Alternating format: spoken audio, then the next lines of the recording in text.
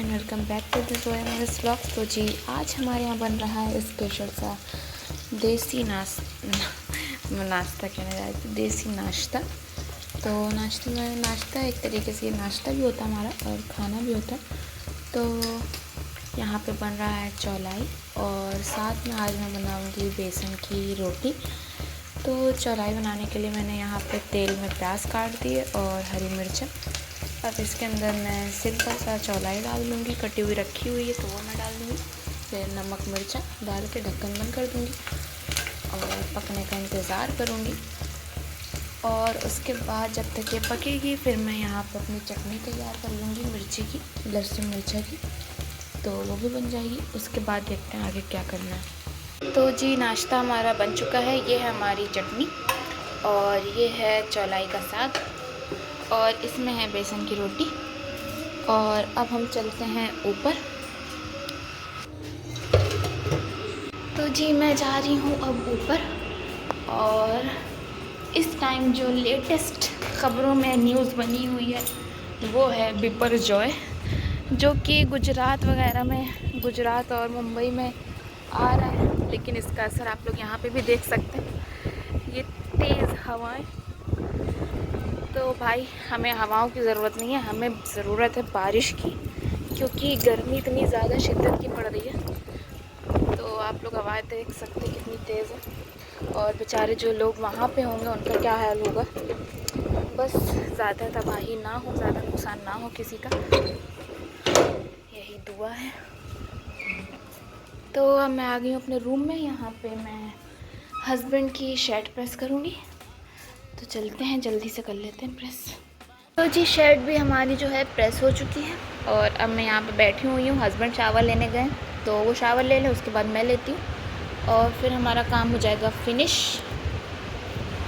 तो बस उसके बाद हम लोग नाश्ता करेंगे नीचे जाके और फिर मैं उसके बाद आप लोग से मिलती हूँ। तो जी मैं आ गई हूँ ऊपर और काफ़ी दिनों के बाद ऐसे इंटरेक्शन हो रहा है मेरा आप लोग से। तो नीचे सारे काम हो चुके हैं, मैंने शावर भी ले लिया था और अब मैं जा रही हूँ कपड़े प्रेस करने शौहर जी के, क्योंकि रोज़ रोज़ कपड़े प्रेस करो तो बहुत अजीब लगता है। मतलब टाइम एक तो कभी कदार नहीं भी होता है। तो मैं सोच रही हूँ क्यों ना कपड़े प्रेस करके रख ली जाए। तो हम कपड़े प्रेस कर लेते हैं और फ़ोन की चार्जिंग मेरी कम हो रही है तो मैं फ़ोन जब तक अपना चार्ज पे लगा दूँगी और प्रेस करने के बाद आप लोग से मिलेंगे, क्योंकि आज मुझे अपनी वार्डरोब फिर से सही करनी है। और मुझे समझ नहीं आता ये मेरी वार्डरोब क्यों इतनी ख़राब होती है। शादी से पहले भी ख़राब होती थी और शादी के बाद भी ख़राब होती है। और पहनने को हम लड़कियों के पास कुछ होता नहीं, लेकिन तब भी हमारी जो वार्डरोब है वो ख़राब होती रहती है।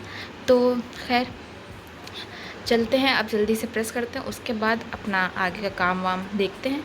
तो अब फ़ोन चार्ज लगाते हैं और कपड़े प्रेस करते हैं।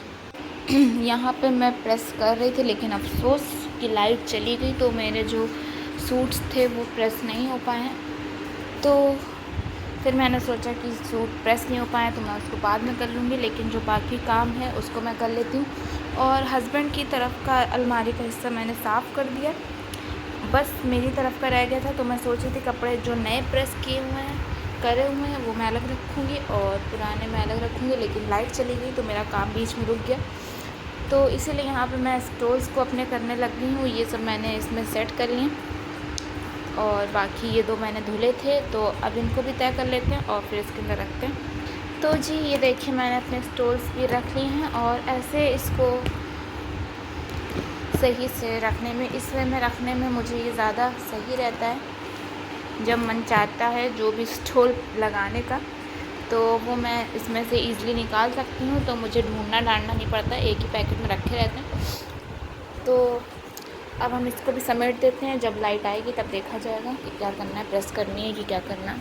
और प्रेस की जो करने वाले कपड़े वो मैंने इधर निकाल के रखे हैं, बाकी अब देखते हैं उसके बाद।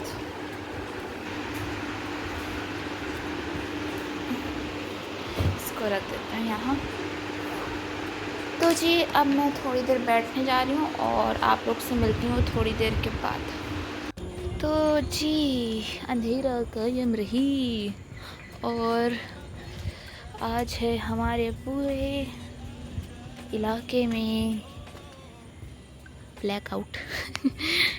तो यहाँ पे आज लाइट नहीं आ रही है क्योंकि जो शायद कहीं पे ट्रांसफार्मर में आग लगी है। उस जगह का नाम मुझे नहीं याद आ रहा है, तो बट वजह पता है कि आग क्यों लगी है। तो भाई साहब, एक लड़की जो थी उनको जामुन खाने के बड़े शौक़ चढ़ रहे थे, तो उन्होंने जामुन तोड़ा डंडे से और वो ट्रांसफ़र ले डूबी। और साथ में हमारे यहाँ की बिजली भी, हमारे यहाँ की बिजली की सप्लाई तो बंद करी गई है, बाकी और भी इलाकों की सप्लाई बंद कर दी गई है। और अब शायद 11 साढ़े 11 तक आए। और ये हाईवे है, यहाँ से गाड़ियाँ चल रही हैं। इससे आप लोग अंदाज़ा लगा सकते हैं मैं अपनी छत के किस एरिए पे खड़ी हुई हूँ। बट गनीमत ये है कि आज मौसम अच्छा है और हवा भी चल रही है। मगर नीचे तो बहुत ज़्यादा गर्मी है, नीचे तो बैठा नहीं जा रहा, इतनी ज़्यादा गर्मी है।